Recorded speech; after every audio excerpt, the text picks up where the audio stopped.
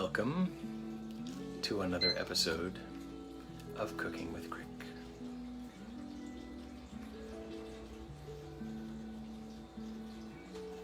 Right off the bat, I need to apologize for my late start today.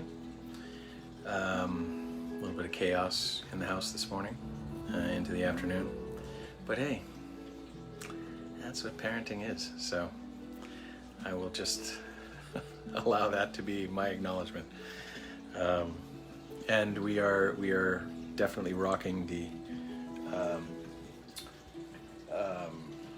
pandemic. There it is, the pandemic chic of pajama pants and a t-shirt. So I was gonna shave today, get all spruced up and everything, but let's be honest, that's a manufactured version of what my life is right now. So you're getting the real Crick here, folks. Because this is dadhood. This is stay-at-home dadhood, and that's okay. So, all right, we have officially reached episode 8. And today, we are making breakfast tacos, and our topic is toxic masculinity, which, just the amount of stuff that could be brought up about that. I just find it a very, very interesting topic, and I have a lot to say on it. So I want to keep it as precise as, or concise as I can, because that conversation could go on for a long time. But anyway, I digress. We're going to get started with our ingredient acknowledgement into our prep, and we'll get this going. So we have our cilantro, lime. We're going to do half an onion. I just have a small Roma tomato. That's fine. Obviously, depending on how many people you're cooking for. This, I'm just going for 3 kind of street tacos. And I realized one thing I didn't put on the ingredient list. Tortillas, very, very important for tacos, you would think. So I apologize for that, but it is what it is. I hope the assumption was there that we're not going to cook a bunch of ingredients and put them on a plate. So these are white corn. You can use flour. You can use yellow corn. Totally up to you. So we're going to make those 3. So we have 3 eggs. We have our salt and pepper. We have sriracha. We have sour cream. And we have our ingredients here. You're also going to need a bowl, small bowl. Another small container or small bowl if you have it. I like using the Tupperware containers here. Tupperware, just plasticware. And then I have the oven set to 350, and we have our bacon ready to go in. So we're gonna do that. We just hit our 350. That was the little beep. So 2 strips of bacon into the oven. We're going to leave that for about 10 minutes or so. So we're going to set a timer. And there we are. Okay, so there are 3 main steps to this dish. We have the eggs and bacon, the sriracha crema, and it's not quite pico de gallo because there's no peppers in it, but it's a version of that. So I specifically leave the peppers out just because it adds a heat that I don't necessarily want, especially if my daughter's going to eat it.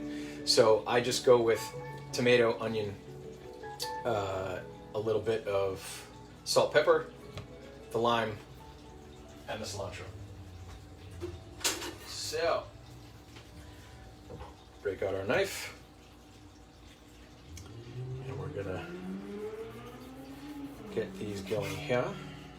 Man, I need to sharpen these knives already. What is happening? So, just laughing at the fact that so is my filler.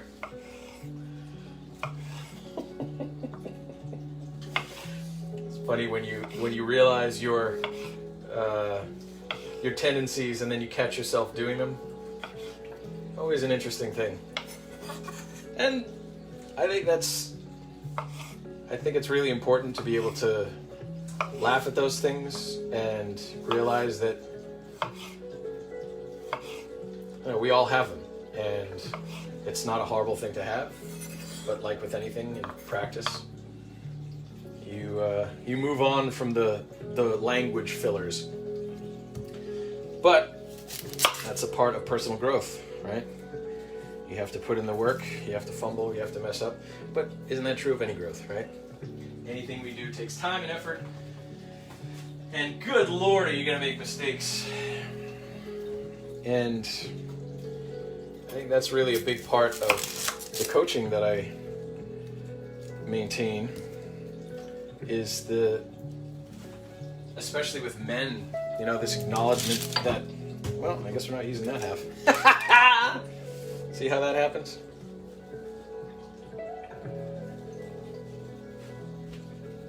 See, mishaps happen. What are you going to do? You just move on and use something else.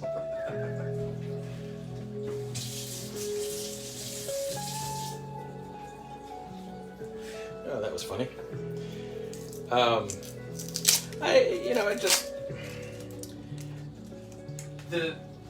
Being kind to yourself, going easy on yourself.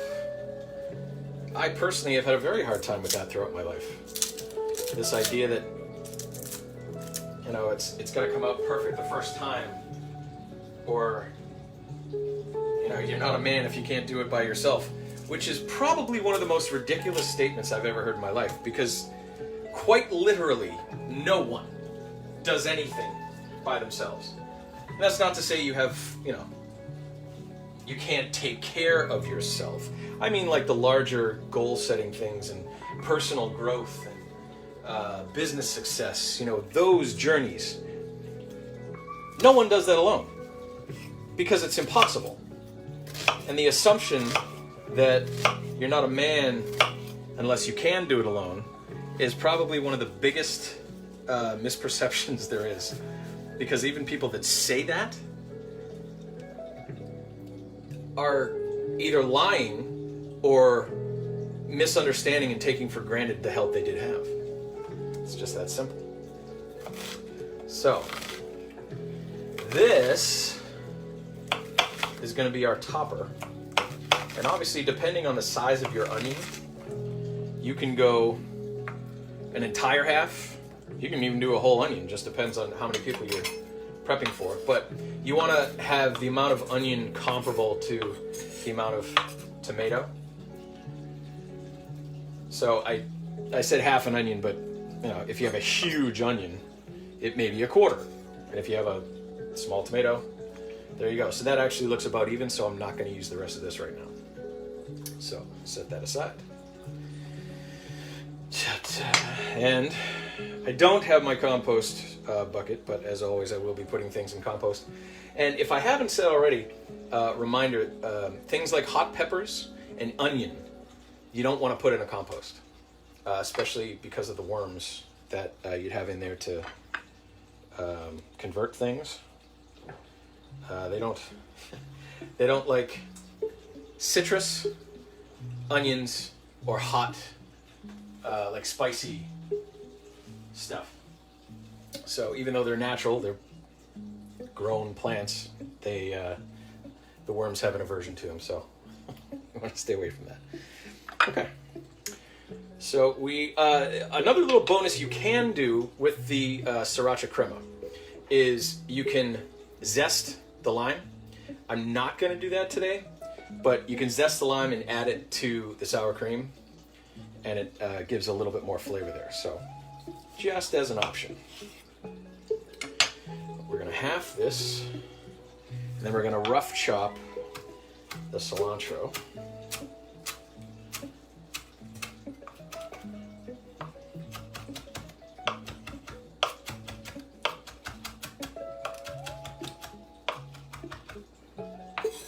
I hope you're all enjoying the music. I've really been enjoying this album. I'm liking being able to play it during my episodes. It's nice and chill and easy to have in the background and not distracting, so I like it. Again, the album is called Siren by Sean Angus Watson. You can find it on Spotify if you need. Okay, so here we go. Nice and simple. You have your tomato, you have your onion, you have your cilantro, we have our lime, salt, and pepper. And that's all we're doing with the faux pico de gallo. So, see, there's the so again. It's funny when you hit these points of personal growth and you start catching yourself doing things that, not necessarily good or bad, just that, things to be aware of. That personal awareness that's important for growth. And, something as benign as saying so as a filler word, again, not a horrible thing. But if you're doing things like presenting or speaking, like I'm doing, it helps to catch those things and readjust.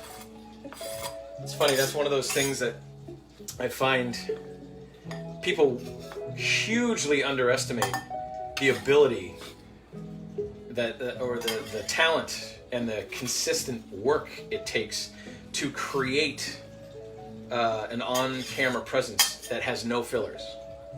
If you can be on camera and not say so, any of those little words that you say when you're thinking of something, that is not an easy thing. So I know plenty of people that just scared to death of being on camera, never mind anything else. So, and I do have my daughter upstairs watching some Disney movies while I do this. So, again, parenting. It is what it is. So it's part of the show. So, depending on the size of the lime, I do an entire half squeezed into this. So we have my lemon lime juice extractor.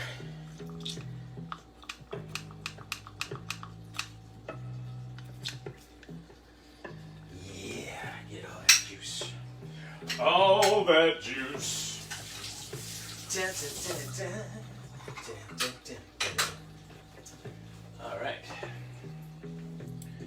Now, a little pepper, a little salt, and a little stir.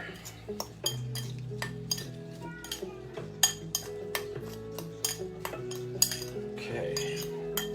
And this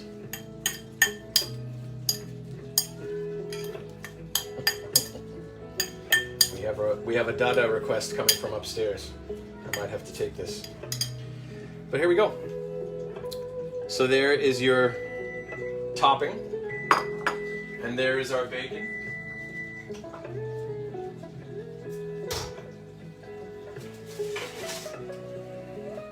Now this is not quite done.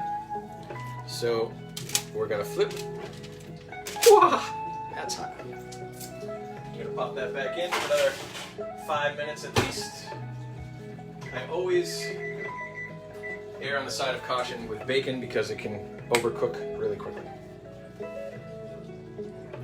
So, gonna do the crema next. This is nice and simple.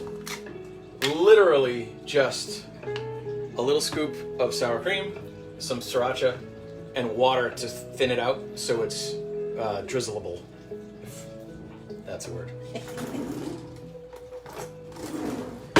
Okay. I personally like to mix my sour cream in the container, though I have heard that if you leave it unmixed, it's not as, it doesn't go bad as quickly, but I haven't experimented with that, so I'm not sure, honestly. Okay, so because we're only doing 3 tacos, I don't need a lot. That is plenty.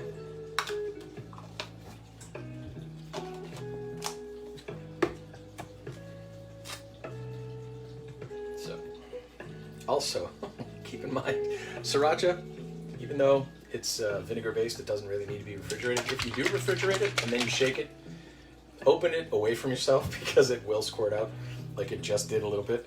And that's the worst thing something you'd never want is hot sauce in your face, your eyes, anything. So we're gonna do a little drizzle of this. You can always add more. It's always important to remember. And we're just gonna mix this around. And it does need a little bit more. So I have to acknowledge, because it is what it is. I need to go get my daughter because she is calling for us. So I'm going to leave this lovely music playing, and I will come back as soon as I can. So please enjoy the music, and I'll be right back.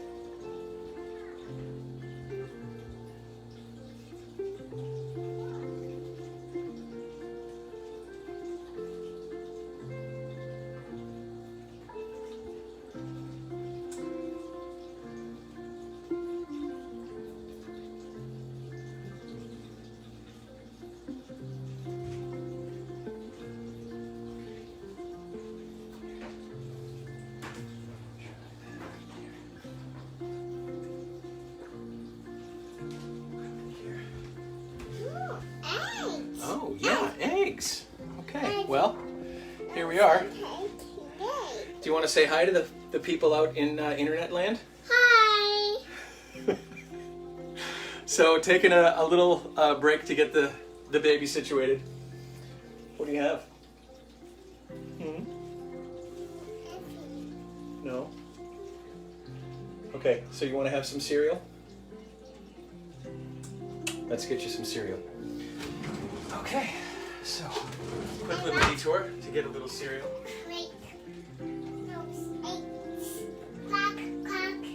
You want to do those eggs? Crack, crack? Quack, quack. Okay. Yes, quack, quack. Okay, well, I'll tell you what. If you want to help me out, I crack those eggs. you want to crack those eggs?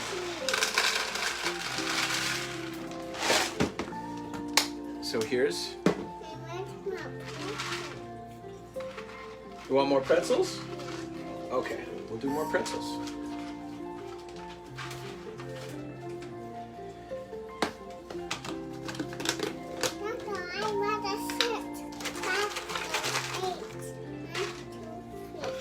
That's right, 3 eggs. Yeah, 3 eggs. Okay, you want to sit? Yeah, and you crack those eggs. And you want to crack those eggs. Okay, well, I'll tell you what. Why don't you sit over here? Because I'm going to crack the eggs over here. Okay? So you can eat these. I get what? Oh, what's that? It's the bacon!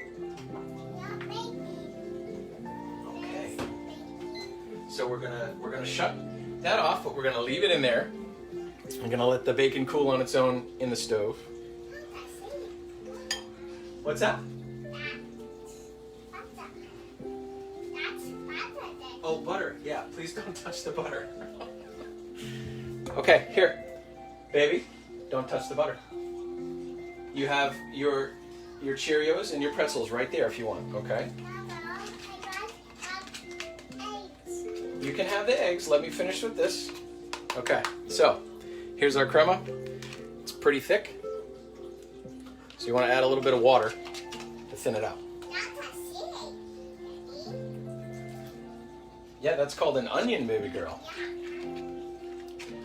Okay, so little at a time. What's that?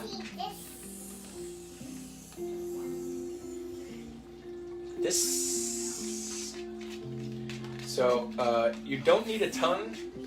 I'd say maybe a teaspoon at a time because it can get really thin really quick. And make sure it's nice and mixed, and then test it again. And there we go. So we have our pico de gallo-esque topping. We have our sriracha crema. We have our tortillas, and we have our eggs. Oh, thank you. Yeah, all of those together?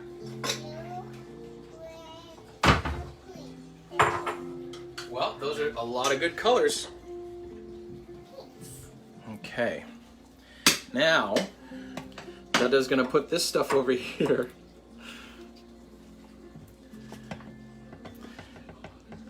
It's all about the improvisation, fellas. It is what it is. We got to do this work. We got to take care of our children. It's important to prioritize and important to do business. But sometimes, and I'm a huge fan of this, the idea of just letting things be natural and the way they are, instead of trying to make them look better than they actually are. That whole social media way of living. I'm not a fan. I like the real raw truth of things because that's what we're all living. And what does it serve anybody if we're going crazy with putting out there what it's supposed to be or what we want people to be? And then you get all screwed up as soon as you run into a problem, right? Okay, baby, here. Say bye to the people. Bye. Oh, hi, Mom. Oh, hi, Charlie. You making bacon? We're making bacon. I love that little girl so much. Okay. We have our eggs. Now, I just put the tortillas in the still warm oven, and we're gonna close that up and just let them sit there to warm up a bit before we serve them. So, eggs. We're going scrambled with these. So we have 3 eggs in a bowl.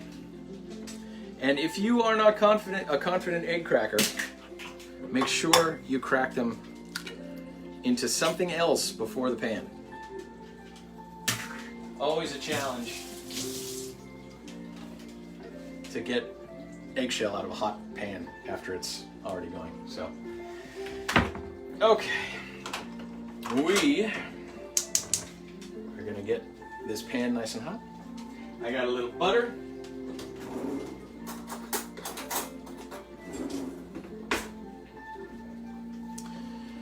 There we are. All right, so I don't go crazy with this. About that much. And that's all you need. And now I do a little trick with the, I take that same buttery fork, mix the eggs with it. Because why waste the butter? So I'm not adding anything to this in the bowl.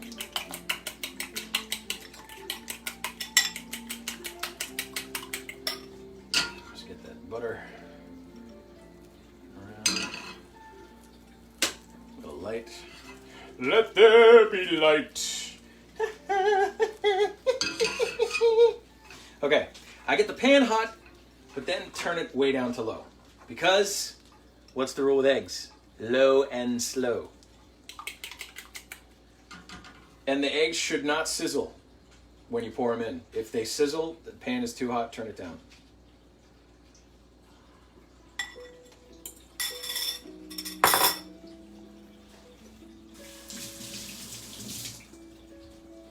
Now, as usual, my favorite mode of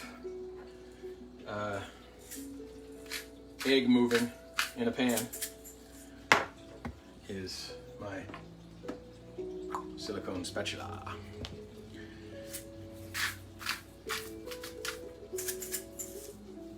Salt and pepper. That's it. No cheese, no milk, no extra stuff. And all you're going to do is outside to the center, outside to the center, outside to the center. And if your pan's hot enough, this happens very quickly, which is why you turn it back down.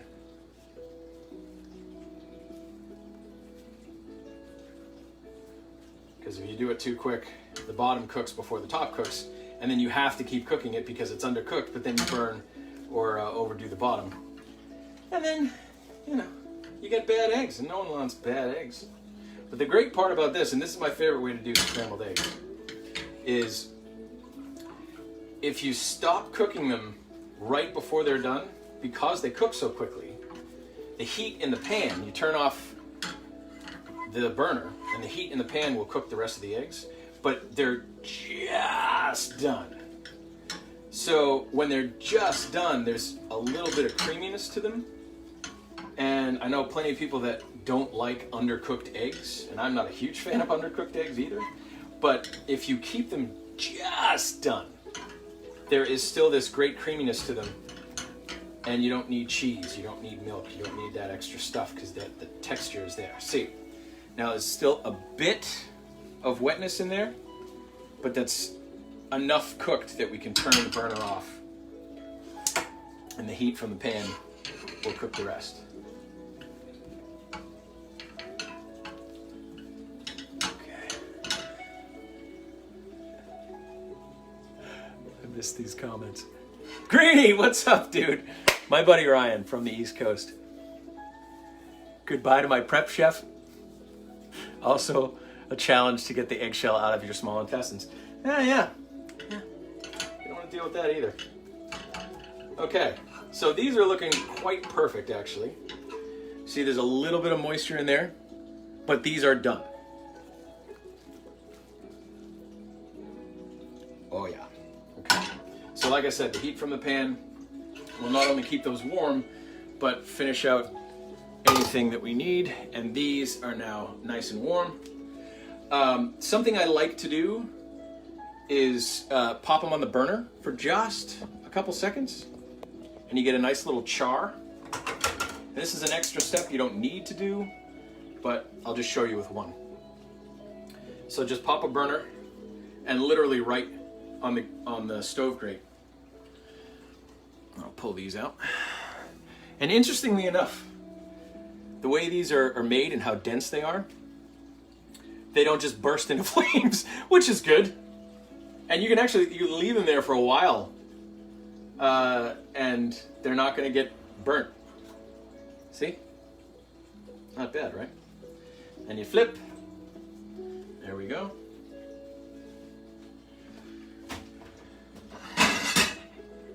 Large plate. 1, 2, and our charred example. So now you kind of get a variety of seeing how different they are. I like charring them a bit because it packs, it actually shrinks it a tiny bit if you notice. See? And that tightens up the tortilla so it doesn't fall apart when it gets moist from the eggs.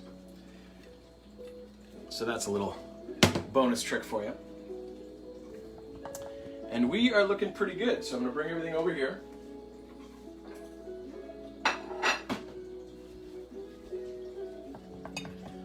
Da-da-da-da-da.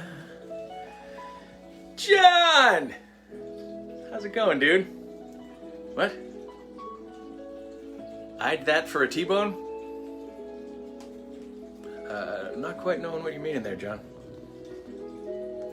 I guess you're gonna elaborate here in a second. Okay, so let's get this whole thing together. We have... Actually, I'll get this out of the way.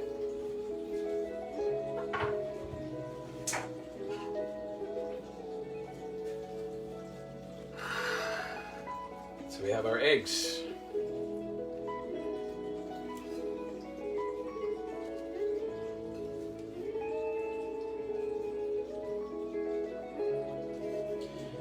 And I find if you're going to be conservative, usually 1 egg per taco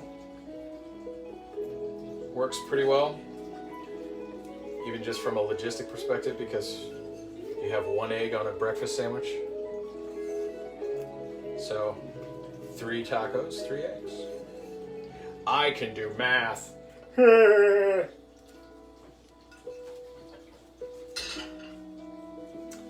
Okay. Now our bacon.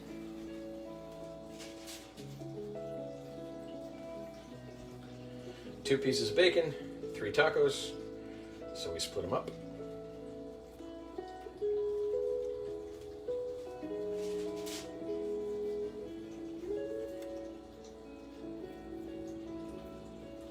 There we are.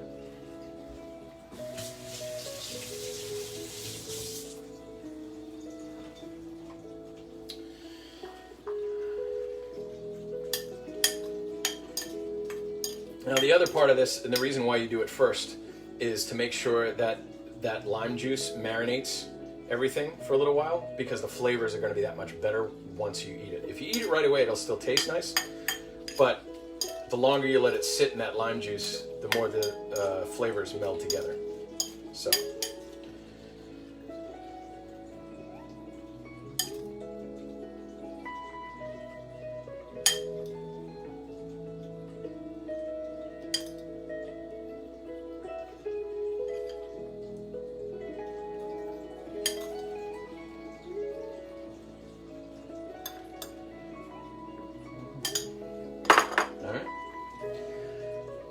Crema on top. And always, especially, I've made this about 3 times this week, so I didn't have to taste it because I knew by how much I was adding what it was going to be. But always, especially with something like a hot sauce, taste as you go. You can add salt and pepper to this as well, but because I added it both to the pico and the eggs, I think that's going to be just right. So, 1 teaspoonful, and we just drizzle.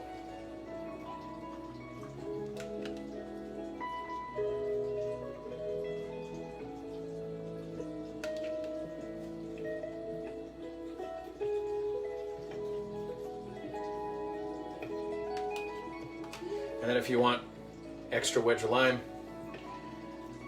a couple drops. Then you can serve with the wedge if you like. But there it is, folks. Breakfast tacos.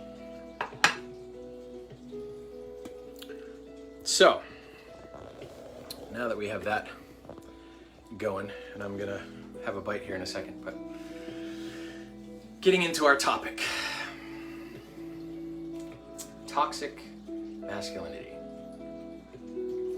This is such a challenging topic because I feel like it's so misunderstood, and there are so many arguments on both sides of the issue, and everyone's talking past each other. They're not talking about the same thing.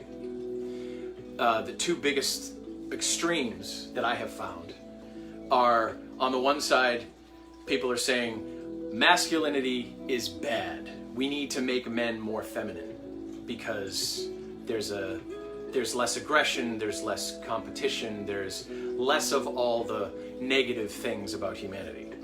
On the flip side, it's no, we need to make men more masculine because toxic masculinity is crap, because masculinity is not toxic. So one extreme group is saying masculinity itself is not toxic, and that's what you're saying.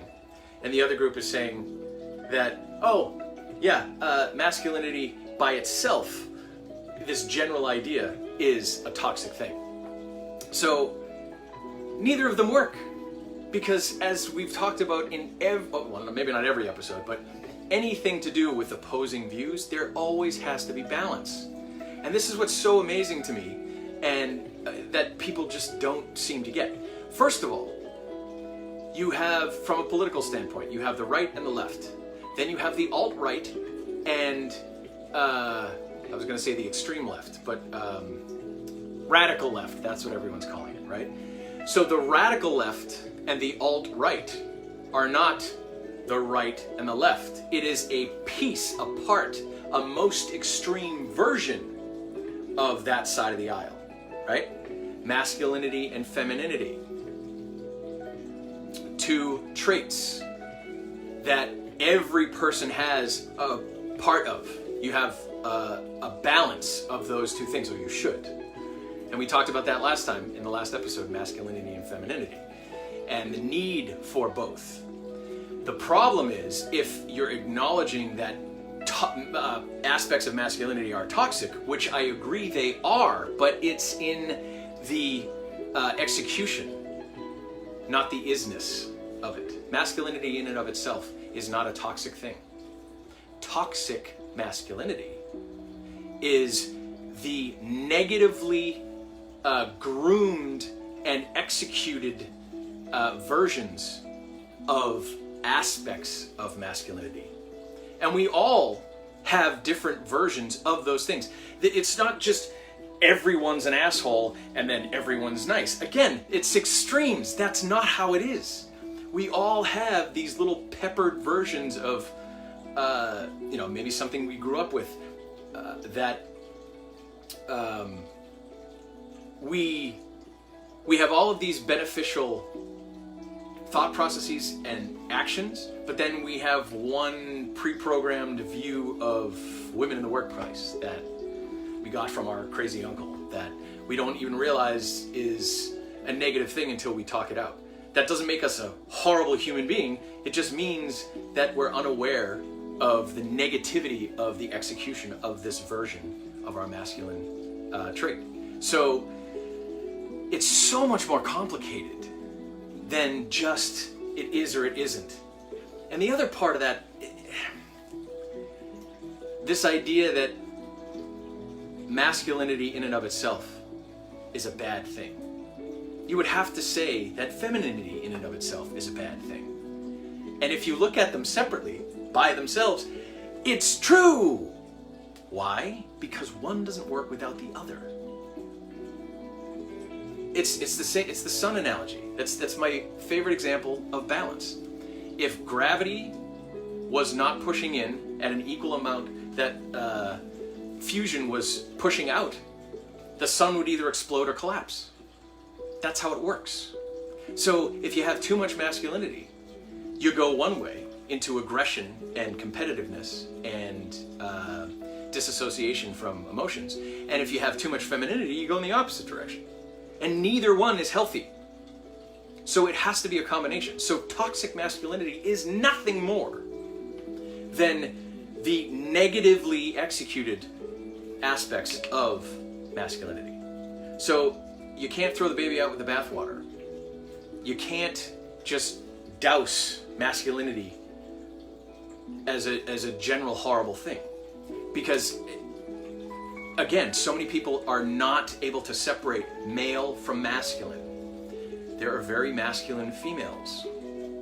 Clearly, like, we're having this huge explosion of alternative pronouns and trans people that aren't even transitioning. They're just acknowledging that they want to be recognized as the opposite sex. And I'm not even going to get into that because that's a whole other topic. But the fact that that even exists is an acknowledgement that the nuances of masculinity and femininity throughout the population, in men, in women, there's this huge spectrum of how people move along those traits.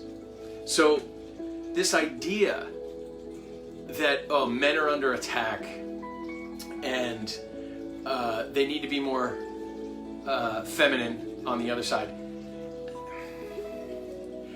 it's going at it from an extreme viewpoint, and it's not beneficial at all. You're just, it's a blanket statement. Some people talk about, clothing. Oh, well, you're not man enough to wear a dress. It has nothing to do with masculine or feminine. Look at the Scotsman Scots people, if we're gonna do that. Kilts. It's a skirt. It's just not a skirt because it's called a kilt.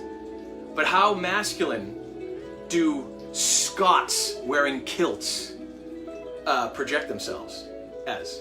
That's a thing, right? Women are attracted to that. But it's socially acceptable that it's not a skirt. It's a kilt. So it's fine.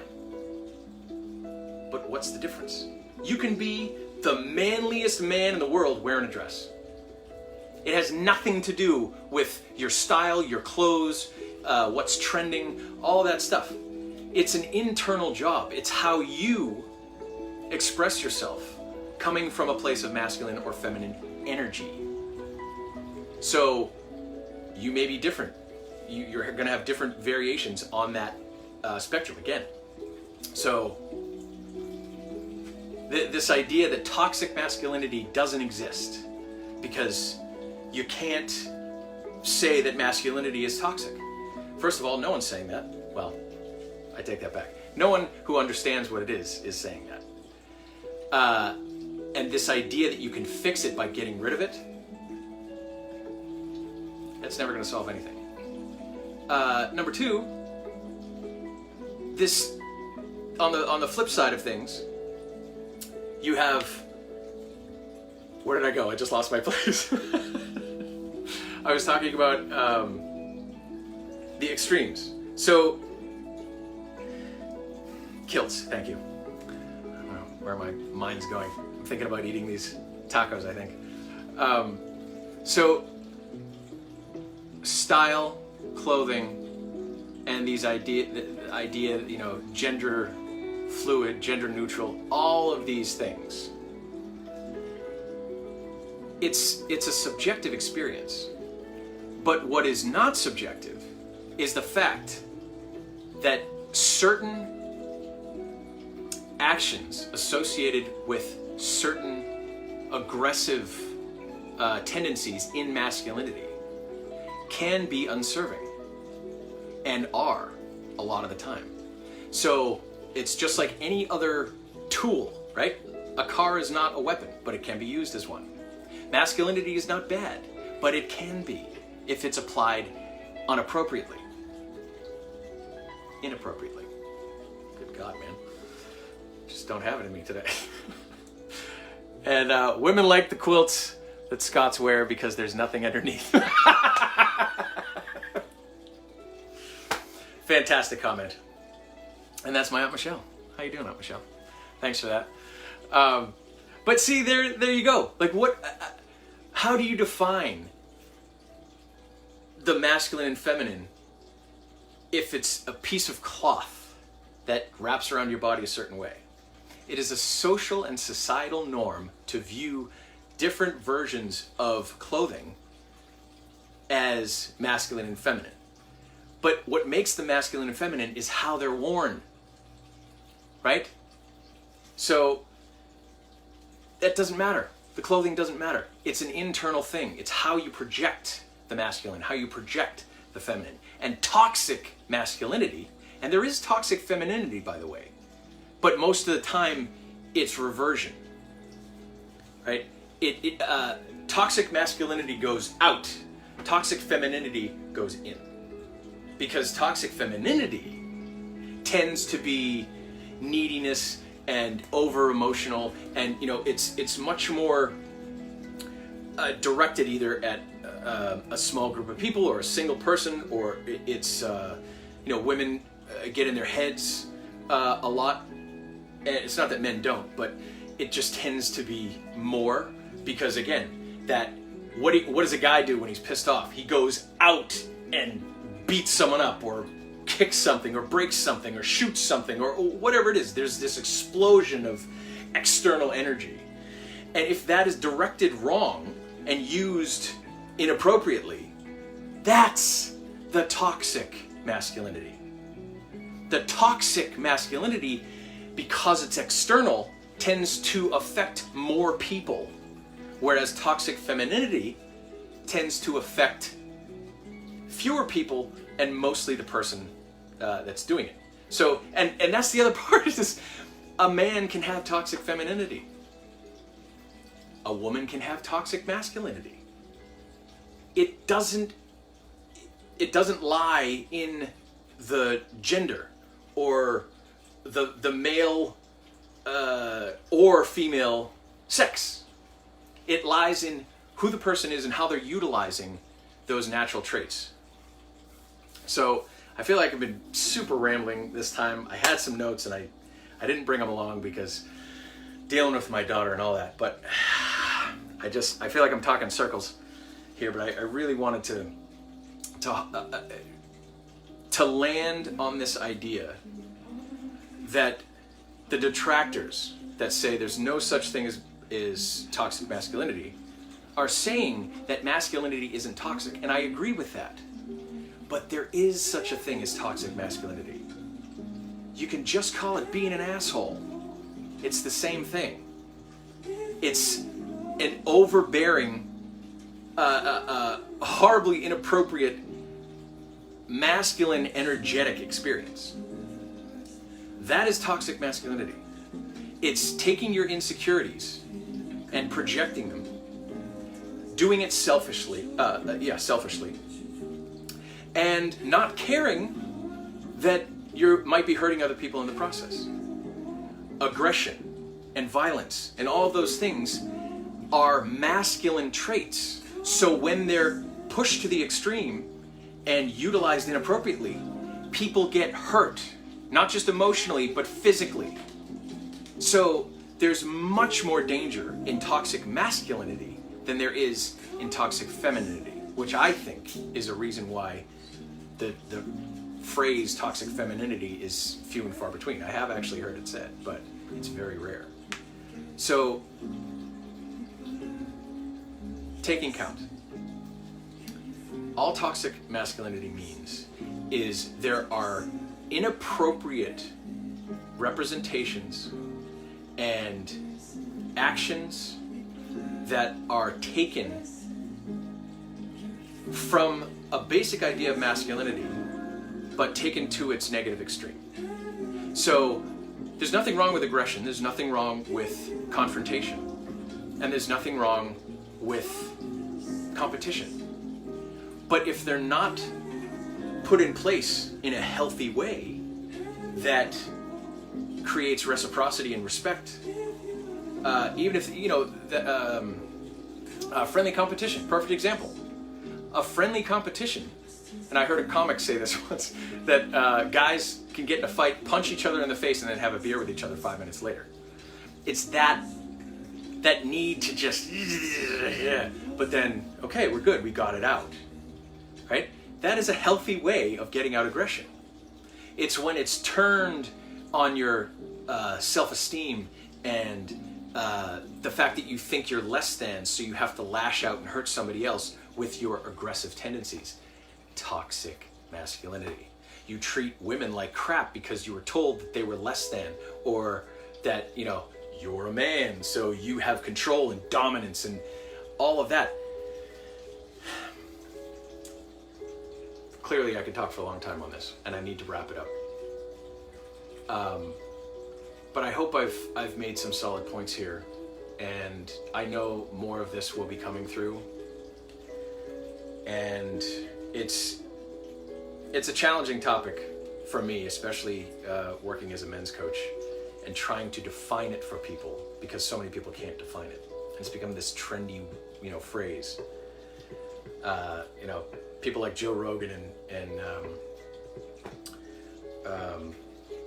Jordan Peterson.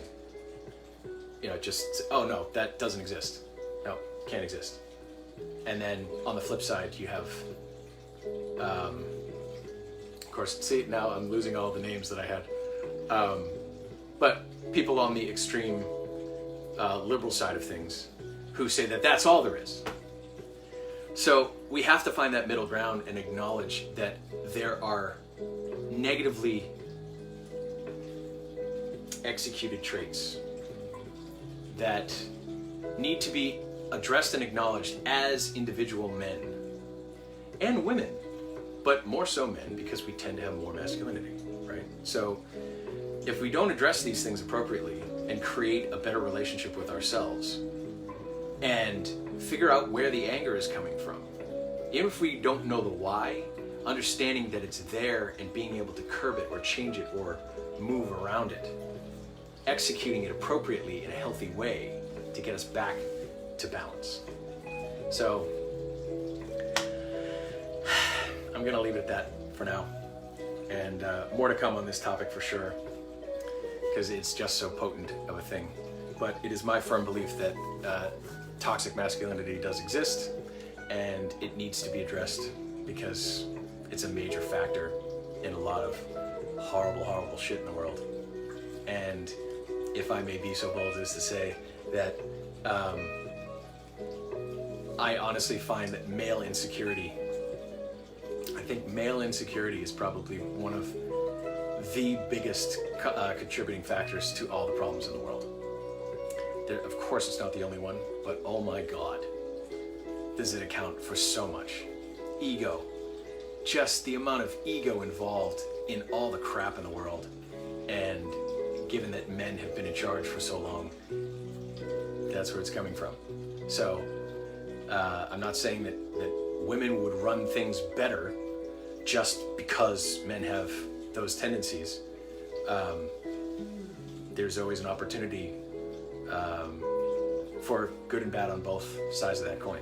But it is a major factor, and it is something that I'm hugely, I hold in huge, high regard to work on as a man. And connecting with your intuition and your heart is the first step in getting there, and regulating yourself from a masculine and feminine perspective. And that is the foundation of my coaching. It's getting you connected with your intuition. So if you're feeling super angry all the time and you can't figure out why, you have all this aggression and you can't get it out appropriately, please reach out to me. I'd be more than happy to talk to you about it. So I've rambled on long enough for now. We'll leave it at that. I'll bring this down. And here we are. Oh, there it is, kids.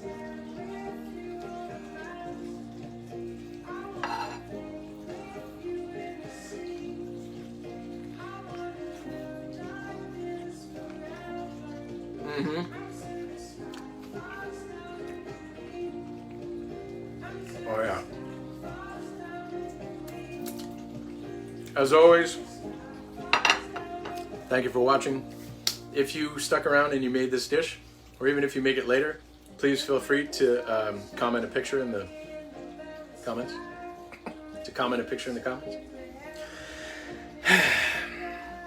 And we will continue the conversation. Todd, Robin, good to see you both. And as always, thank you for watching. And we will see you next week for episode 9. More details to come. Until next time.